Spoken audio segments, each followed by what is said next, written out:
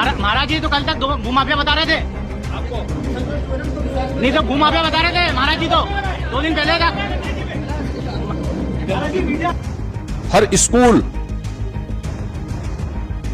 के अच्छी फ्लोरिंग बनवाने में योगदान किया है। बालक और बालिकाओं के लिए अलग अलग टॉयलेट बनवाए हैं।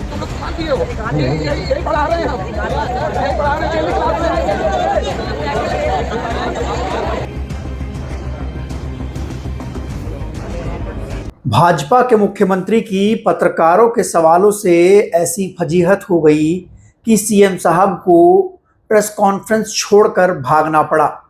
छात्रों के आंदोलन ने इस समय भाजपा की सरकारों की बैंड बजाई हुई है।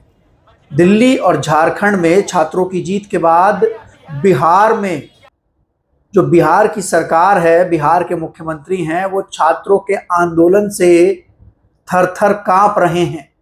तो वहीं दूसरी ओर बीजेपी के एक बहुत बड़े नेता जो कि अपने आप को हिंदू सम्राट कहते हैं, जो हिंदू सम्राटों की पार्टी के बड़े नेता हैं, उस सावन में मीठ पार्टी करते हुए धरे गए हैं। उत्तर प्रदेश का आलम यह हो गया है कि जनता तो छोड़िए, आईपीएस तक सुरक्षित नहीं है। आईपीएस भी कह रहा है कि भैया मेरे घर की रक्षा कर लो। पूरी सरकार सिर्फ विज्ञापन पर चल रही है और छोटे छोटे जनअल्फा जो हैं उन्होंने तो एक तरीके से उत्तर प्रदेश में सरकार की पोल खोलने का ऐसा बीड़ा उठा लिया है कि सरकार के हाथ पैर फूले हुए हैं। मध्य प्रदेश के मुख्यमंत्री मोहन यादव की पत्रकारों ने फजीहत कर दी। पत्रकारों ने प्रेस कॉन्फ्रेंस में ऐसे सवाल पूछे कि मोहन यादव को प्रेस कॉन्फ्रेंस छोड़कर भागना पड़ा। मामला उज्जैन का है। उज्जैन पहुंचे थे मोहन यादव, एक प्रेस कॉन्फ्रेंस को संबोधित कर रहे थे। उनके साथ मौजूद थे अवधेशपुरी महाराज। ये वही अवधेशपुरी महाराज हैं जिन्होंने मोहन यादव के ऊपर भूमाफिया होने के आरोप लगाए थे कि मोहन यादव जो हैं वो उज्जैन में अपने परिवार के नाम जमीनें खरीद रहे हैं, मुख्यमंत्री पद का गलत इस्तेमाल कर रहे हैं। इस प्रेस कॉन्फ्रेंस में मोहन यादव के साथ अवधेशपुरी महाराज मौजूद थे। महाराज जी तो कल तक भूमाफिया बता रहे थे आपको, नहीं तो भूमाफिया बता रहे थे महाराज जी तो 2 दिन पहले तक। आपके सामने कभी खड़ी नहीं होगी,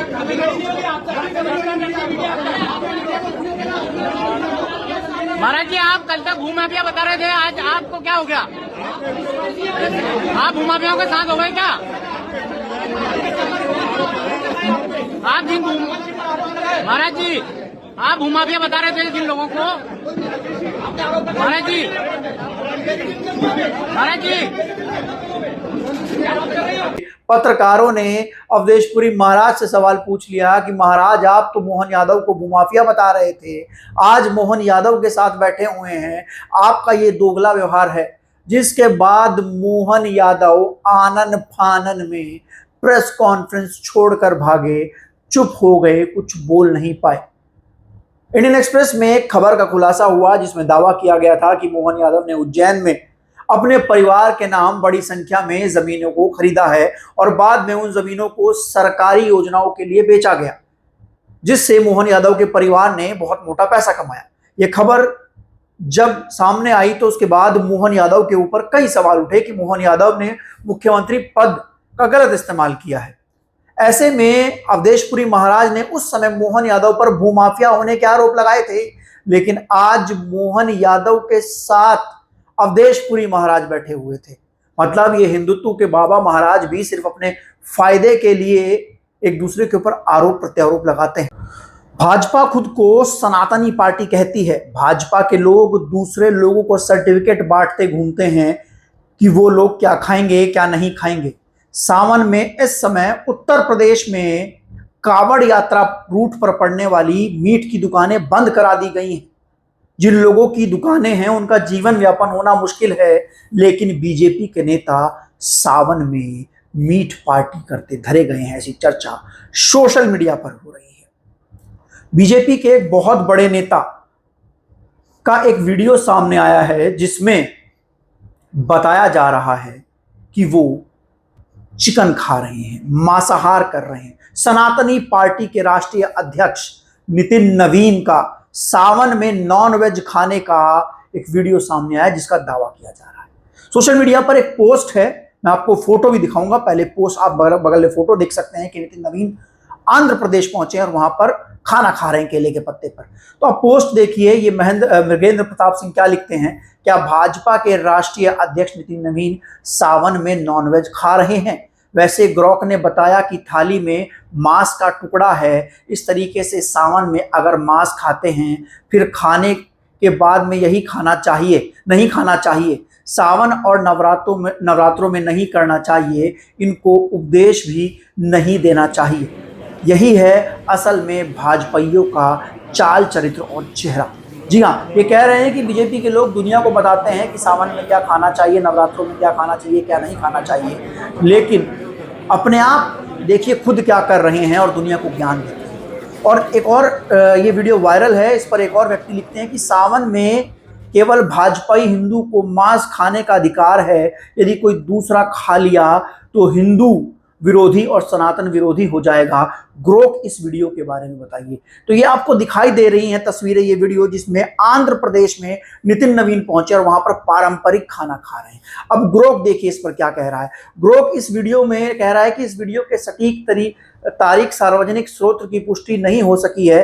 नितिन नवीन जी इसमें साफ दिख रहे हैं कि वो बीजेपी के राष्ट्रीय अध्यक्ष हैं और थाली में केले के पत्ते पर मांस जैसे टुकड़े संभावित चिकन नजर आ रहा है, जो कि सावन में आहार व्यक्तिगत पसंद है। मतलब ग्रोक कह रहा है कि इनकी व्यक्तिगत पसंद है, लेकिन हमको तो पता है कि सनातनी पार्टी के राष्ट्रीय अध्यक्ष हैं। इनकी पार्टी के लोग तो दुनिया को उपदेश देते हैं कि सावन में क्या खाएं क्या ना खाएं, लोगों की दुकानें बंद करा देते हैं। और ग्रोक साफ कह रहा है कि थाली में केले के पत्ते पर मांस जैसा टुकड़ा नजर आ रहा है, जो कि आंध्र प्रदेश की परंपरागत थाली है। आपको बता दें, हाल ही में नितिन नवीन जो थे वो आंध्र प्रदेश पहुंचे थे। दोस्तों बड़ा सवाल है, बड़ा सवाल यह है कि ये जो भाजपा के लोग हैं जो अपने आप को सनातन हितैषी कहते हैं, सनातनी पार्टी कहते हैं, दूसरे को अंडा खाने से मना करते हैं, बोलते हैं कि सावन में ये नहीं खा सकते, नवरात्रों में वो नहीं खा सकते, लेकिन अपने आप दबाकर ये लोग मांसाहार का सेवन करते हैं और दूसरों को सर्टिफिकेट बांटते हैं। तो यही है भाजपा का असली सनातनी चाल चरित्र। दिल्ली में छात्रों के जेनजी प्रदर्शन के बाद झारखंड में प्रदर्शन हुआ, झारखंड में बड़ा आंदोलन हुआ और झारखंड में कांग्रेस समर्थक की सरकार भी छात्रों के सामने झुक गई। यानी कि इन छात्रों ने मोदी को भी झुकाया, राहुल गांधी को भी झुकाया और छात्रों का खौफ इतना है इस समय लोगों के बीच, आपको बता दें सरकार के बीच, कि बिहार में एक आंदोलन शुरू हुआ गर्दनीबाग में, जहां पर छात्रों ने बिहार में TRE 4 की परीक्षा को लेकर आंदोलन करना शुरू किया कि ये परीक्षा कराई जाए। छात्र इकट्ठा होने शुरू हुए गर्दनीबाग में, लेकिन दोस्तों आलम यह हुआ कि जो सरकार है बिहार की, सम्राट चौधरी ने आंदोलन के पहले ही दिन छात्रों के सामने घुटने टेक दिए, छात्रों के सामने वो झुक गए और उन्होंने परीक्षा कराने का ऐलान कर दिया। हालांकि इस मामले में कहीं और अनियमितताएं चल रही हैं जो छात्र इस पर कह रहे हैं, लेकिन इसमें बड़ा अपडेट ये आया है कि बिहार में छात्रों का आंदोलन गर्दनीबाग में शुरू होते ही बिहार की जो सम्राट सरकार है वो झुक चुकी है, घुटनों पर आ चुकी है और छात्रों की बात मान ली गई है। वही बात करें अगर हम लोग उत्तर प्रदेश की, तो उत्तर प्रदेश के जेनजी और जेन अल्फा जो हैं वो लगातार सरकार की भद्द पीट रहे हैं। कल लखनऊ में थे, आज उन्नाव में सरकारी स्कूल के बच्चों ने सड़क पर उतरकर प्रदर्शन कर दिया और सड़क पर उतरकर बच्चों ने ये मांग कर दी कि उनके स्कूल में जो मौजूद नहीं है टीचर्स, उनको भेजा जाए। आप ये खबर पढ़ सकते हैं स्क्रीन पर कि यूपी के उन्नाव में न्योतानी सर्वोदय विद्यालय के करीब 300 जेन अल्फा छात्र छात्राओं ने शिक्षकों की कमी के विरोध में मुहान अजैन चौराहा जाम कर दिया। करीब 2 किलोमीटर पैदल चलकर चौराहे तक पहुंचे हैं। छात्रों का आरोप है कि स्कूलों में कई वर्षों से शिक्षकों की कमी है। प्रदर्शनकारी छात्र शिक्षा मंत्री को मौके पर बुलाने की मांग कर रहे हैं, वही शिक्षा मंत्री जो हिंदी नहीं पढ़ पाते। दोस्तों योगी आदित्यनाथ कह रहे हैं कि हमने स्कूलों को कायाकल्प कर दिया है, लेकिन अरे केवल उसी में नहीं, बेसिक शिक्षा परिषद का ही आप देखें, आज ये कह रहे हैं कि हम स्कूलों का वीडियो बनाएंगे। जरूर बनाओ भाई। हमने तो ऑपरेशन कायाकल्प के माध्यम से हर स्कूल के अच्छी फ्लोरिंग बनवाने में योगदान किया है। बालक और बालिकाओं के लिए अलग अलग टॉयलेट बनवाए हैं, पेयजल की व्यवस्था दी है, स्मार्ट क्लास और डिजिटल लाइब्रेरी वहां दी है। योगी आदित्यनाथ स्कूलों को लेकर एक पीआर वीडियो चलवा रहे हैं जहां पर वो यूपी के स्कूलों में कंप्यूटर दिखा रहे हैं, प्राथमिक स्कूलों में। लेकिन ये देखिए सर्वोदय विद्यालय हैं जहां पर उत्तर प्रदेश में योगी आदित्यनाथ की सरकार में स्कूलों में टीचर नहीं। और ये एक मामला नहीं है, ये तो उन्नाव का स्कूल है, परसों लखनऊ का स्कूल था, कल अंबेडकर नगर का स्कूल था, आजमगढ़ का स्कूल था, उससे पहले फतेहपुर का स्कूल था जहां पे ना शिक्षक थे, छत टपक रही थी, टॉयलेट नहीं थे, कुछ नहीं था। और लगातार ये छात्र सड़कों पर उतरकर सरकार की फजीहत जो है वो करने में लगे हुए हैं और सरकार की पोल खोल रहे हैं। योगी आदित्यनाथ के 7,000 करोड़ के विज्ञापन भी काम नहीं आ रहे हैं। योगी रोजाना थोड़ी थोड़ी जो दरार है उसको बंद करते हैं, फिर एक नया छेद खुल जाता है। मतलब ऐसा होता है ना कि एक छेद उस पर एमसील लगा के बंद किया, टेप लगाई, छात्रों को समझा बुझा कर भेजा, कुछ एड वैड चलवाया, फिर अगले दिन कहीं और के छात्र प्रदर्शन पे आ गए। तो इसका मतलब ये है कि समस्या सब जगह है और सरकार ने पिछले 5 सालों में 10 सालों में शिक्षा के ऊपर कोई भी काम नहीं किया है। उत्तर प्रदेश के योगी आदित्यनाथ शिक्षकों की भर्ती नहीं करते हैं, 2018 से एक बड़ी शिक्षक भर्ती नहीं होती है और कहते हैं कि उत्तर प्रदेश में शिक्षक छात्र अनुपात जो है वो बराबर है। लेकिन तो ये है योगी मॉडल जिसकी पोल इस समय पूरे उत्तर प्रदेश में, पूरे देश में खुल रही है और योगी आदित्यनाथ का जितना प्रचार पीआर था सब धरा का धरा रह गया है। आपको बता दें कि आशुतोष मिश्रा, आईपीएस आशुतोष मिश्रा की माताजी की मृत्यु को लेकर उत्तर प्रदेश की योगी सरकार ने एक अलग कहानी कर दी।